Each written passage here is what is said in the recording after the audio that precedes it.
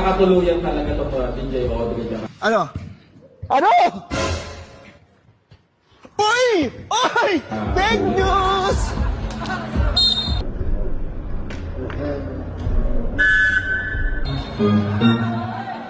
$92.62 foul on Boss Bullet. RA 92.62.